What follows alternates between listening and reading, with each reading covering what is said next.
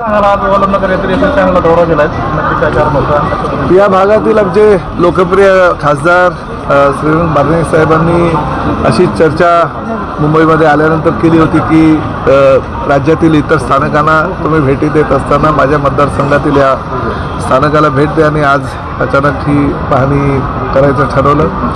काल दौरा जाहीर केल्यामुळे थोडीशी स्वच्छता मला जास्त दिसते आहे, परंतु असो, मंत्री येणार म्हटल्यानंतर स्वच्छता जी केली जाते आणि त्यामुळे फरक तर पडतोच.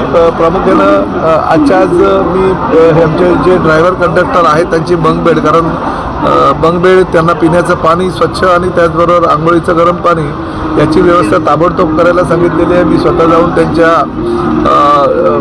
जे त्या ठिकाणी आराम करतात राहतात त्याची पाहणी केली. अवस्था जरा वाईट आहे, परंतु ताबडतोब माझ्या अधिकारामध्ये मी निधीचा उपयोग करून त्यांना ज्या सुविधा पाहिजे त्या सुविधा द्यायला मी सूचना केलेल्या आहेत. माझ्या संबंधित अधिकाऱ्यांना सांगितलं आहे आमच्या DCकडनं हा प्रस्ताव मागून घेऊ, लवकरात लवकर त्यांना त्या सुविधा देऊ. आमच्या अधिकाऱ्यांच्या माध्यमातून काही स्वयंसेवी संस्थेनं वॉटर कूलर या ठिकाणी आलेले आहेत. त्याचं कनेक्शन वगैरे अजून झालेलं नाही, परंतु ते सुद्धा 1-2 दिवसामध्ये मला तर असं वाटतं की ताबडतोब मी त्यांना आजच करायला सांगतो, म्हणजे उद्या महाराष्ट्र दिनापासून ते सर्वसामान्य प्रवाशांच्या सेवेला दाखल होतील. महिलांसाठी शौचालयामध्ये कुठलीही पैसे आकारणी करू नये हे जरी आम्ही ठरवलं तरी सुलभ शौचालयाच्या माध्यमातून महिलांकडनं सुद्धा पैसे घेण्यात येतात अशा तक्रारी आल्या होत्या.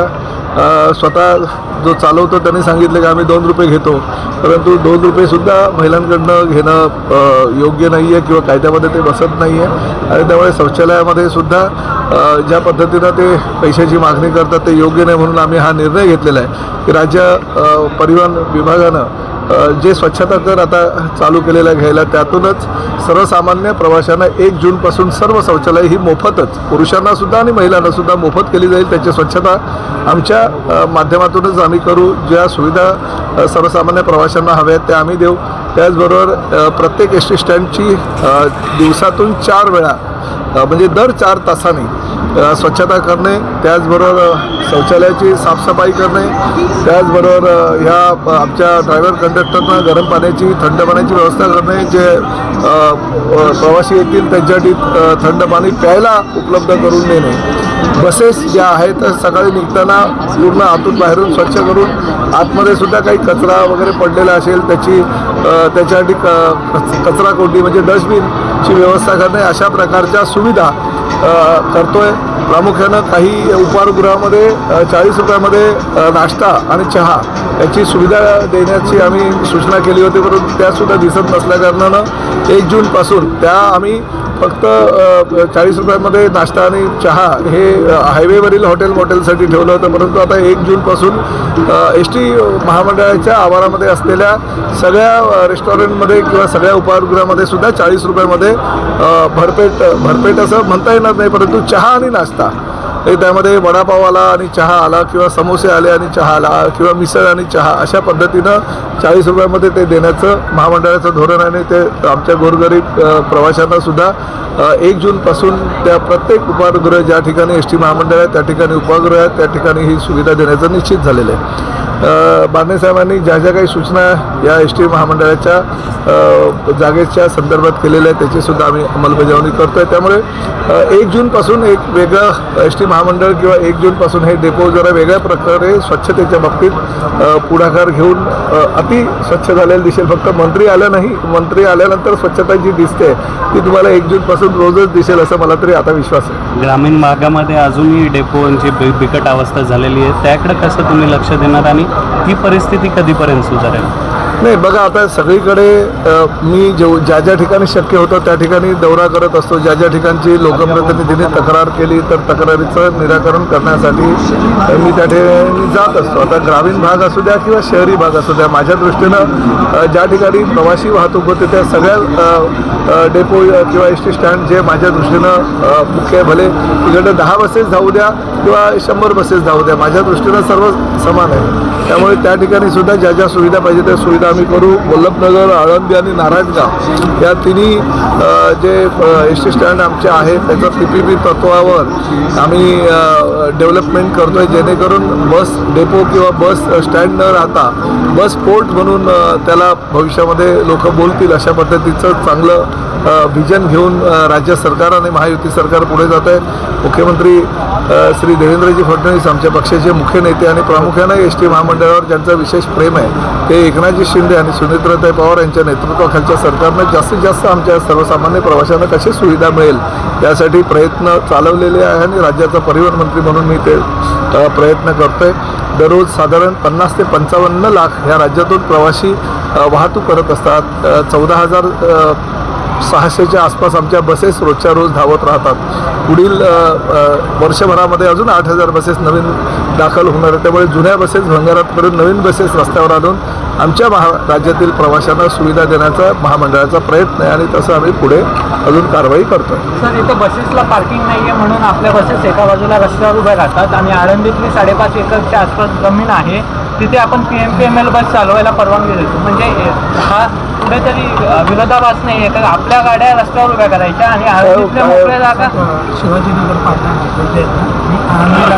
आळंदीला ते स्मार्ट याच्यात डेव्हलपमेंटला गेलं आहे त्यामुळे फक्त PMPL तिथनं आता फक्त बसेस सोडतात. नाही पण आपल्याकडे काही एवढी जागा आहे तर बसेस इकडे आपण पार्क करत रस्त्यावर का पार्क करतो.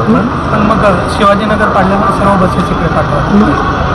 ठीक आहे, या संदर्भात मी माहिती माहिती घेऊनच त्या विषयावर बोलणं, कारण एवढी मोठी जागा आहे तर आमच्या बसेस रस्त्यावर उभं राहणं गरजेचं नाही आहे. मी माहिती घेतो आणि अजून काही त्या माध्यमातून लोकांच्या ज्या काही अडचणी असतील त्या दूर करण्याचा प्रयत्न करतो. आणखी एक सर विषय असा आहे, आज तुम्ही चालक आणि वाहकांना जे आराम करण्यासाठी वरती आहे तिथे पाहणी केलेली आहे. याच्या अगोदर सुद्धा बऱ्याच वेळा आदेश दिलेले आहेत की ती व्यवस्थित असले पाहिजे. तुम्ही काही ठिकाणी गेल्यानंतर पण बाकी ठिकाणी जेव्हा आदेश देतात तेव्हा इकडे का नाही इम्प्लिमेंट त्याचं होत, कारण की इकडे कॅन्टीन नाही आहे चालक वाहकांसाठी किंवा आता ह्या ठिकाणी जे 10 गाळे बाकी आहेत त्याचं भाडं जास्त असल्याकारणानं ते 10 गाळे अजूनपर्यंत भाड्यानं जात नाही. मी आता सूचना केलेली आहे आणि आमच्या अधिकाऱ्यांना सांगितलेलं आहे की एस टी महामंडळाच्या माध्यमातून जे जास्त भाडं रेडी रेकनेच्या दरानुसार लोकांना जे परवडत नाही असं भाडं आकारू नये. आम्ही भाडं कमी करून साधारण ह्या परिसरातल्या महिला बचत गटांना वगैरे ते गाळे देण्याचं भूमिका बी घेतलेली आहे. त्या ठिकाणी जर उपहारगृह वगैरे झालं त्या उपहारगृहामध्ये 40 रुपयामध्ये नाश्तासुद्धा देण्याची नाश्ता चहा देण्याची भूमिकासुद्धा आम्ही घेऊ. परंतु तुम्ही दुसरं ज्या एस टी ड्रायव्हर आणि कंडक्टरच्या बाबतीत सांगितलं, मी स्वतः त्याची दखल घेतलेली आणि आपण ज्या ड्रायव्हरकडनं सर्वसामान्य प्रवाशांची सुरक्षितता करून त्यांना वेळेवर पोहोचवण्याची व्यवस्था करतो त्या ड्रायव्हरांना सुविधा सर्वप्रथम द्यायला हवी या मताचा मी आहे. त्या कंडक्टरला सुविधा द्यायला हवी या मताचा मी आहे. त्यामुळे आता मी सूचना केल्यावर त्याच्यावर लवकरात लवकर अंमलबजावणी केली जाईल आणि महिन्याभरात त्या सुविधा उपलब्ध करून द्यायला हव्यात अशा सक्त ताकीद मी आमच्या अधिकाऱ्यांना दिले. एक आणखी छोटा प्रश्न असा होता की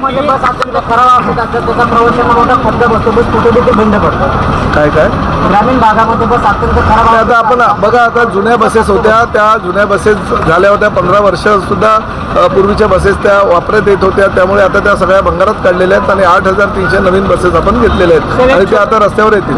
एक छोटा प्रश्न, प्रवाशांच्या सुरक्षेच्या दृष्टीने आपण CCTV लावण्याचा निर्णय घेतलेला, त्यानंतर 6 महिन्यांनी इथे CCTV लावले तेही अजून पूर्णपणे कार्यान्वित नाही असं मी त्या CCTVच्या बाबतीत त्यांना सांगितलं आहे की CCTV मी 1 महिन्याने परत नाही तर बघायला येईल. मला मी सांगितलं, सूचना केलं त्या CCTV पूर्णपणे मला वापरत आलं पाहिजे. आणि आणखी एक पोलीस चौकी तिथे उभारलेली आहे, त्याला 4 महिने झाले. तिथे एक पोलीस नाही आपण नेमू शकलो, पत्रव्यवहार ST नाही केला आहे पण पोलिसांकडून प्रतिसाद नाही आहे.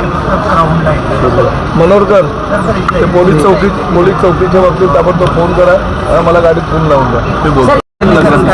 अरे राजा, हे निर्णय सगळे आमच्या पक्षामध्ये आमचे पक्षाचे मुख्य नेते एकनाथ शिंदे साहेब घेत असतात आणि तुम्हालाही कल्पना आहे पक्ष संघटना वाढीसाठी, पक्ष मोठा होण्यासाठी सर्वसामान्य जनतेचे प्रश्न सोडवणारा एक कार्यकर्ता जो शेतकऱ्यांचे प्रश्न सोडवत असेल, जे अंध अपंगांचे प्रश्न सोडवत असेल, दिव्यांगांचे प्रश्न सोडवत असेल, सर्वसामान्य आमच्या लाडक्या बहिणींचे प्रश्न सोडवत असेल, असा जर एखादा कार्यकर्ता आमच्या पक्षामध्ये जर विधान परिषदेचं त्याला उमेदवारी देऊन जर त्याला निवडून आणण्याची भूमिका एकनाथ शिंदे साहेबांची जर असेल तर चुकीचं काही नाही आहे. तरीसुद्धा जो निर्णय आमच्या पक्षामध्ये घेतला जातो तो एकनाथ शिंदे साहेब घेतात आणि त्यांनी घेतलेला निर्णय आमच्यासाठी अंतिम असतो. मराठी सक्तीसाठी रिक्षा चालक जे परप्रांतीय त्यांच्यामध्ये संभ्रम आहे की आम्ही जर मराठी भाषा बोलली नाही तर आमचा परवाना रद्द होईल, असं काय खरंच होणार काही बघा, एक गोष्ट सांगतो, 1 मे पासून कारवाई ही होणारच. तुम्ही मराठी सक्ती हा राज्य शासनाचा 1989चा नियम आहे आणि त्यामध्ये सुद्धा आता आम्ही सुधारणा केलेली आहे गेल्या आठवड्यामध्ये. परंतु जर महाराष्ट्रामध्ये व्यवसाय करायचा असेल तर तुम्हाला मराठी अनिवार्य आहे. भले तो रिक्षा चालक असू द्या किंवा टॅक्सी चालक असू द्या किंवा ओला उबेरवाला असू द्या.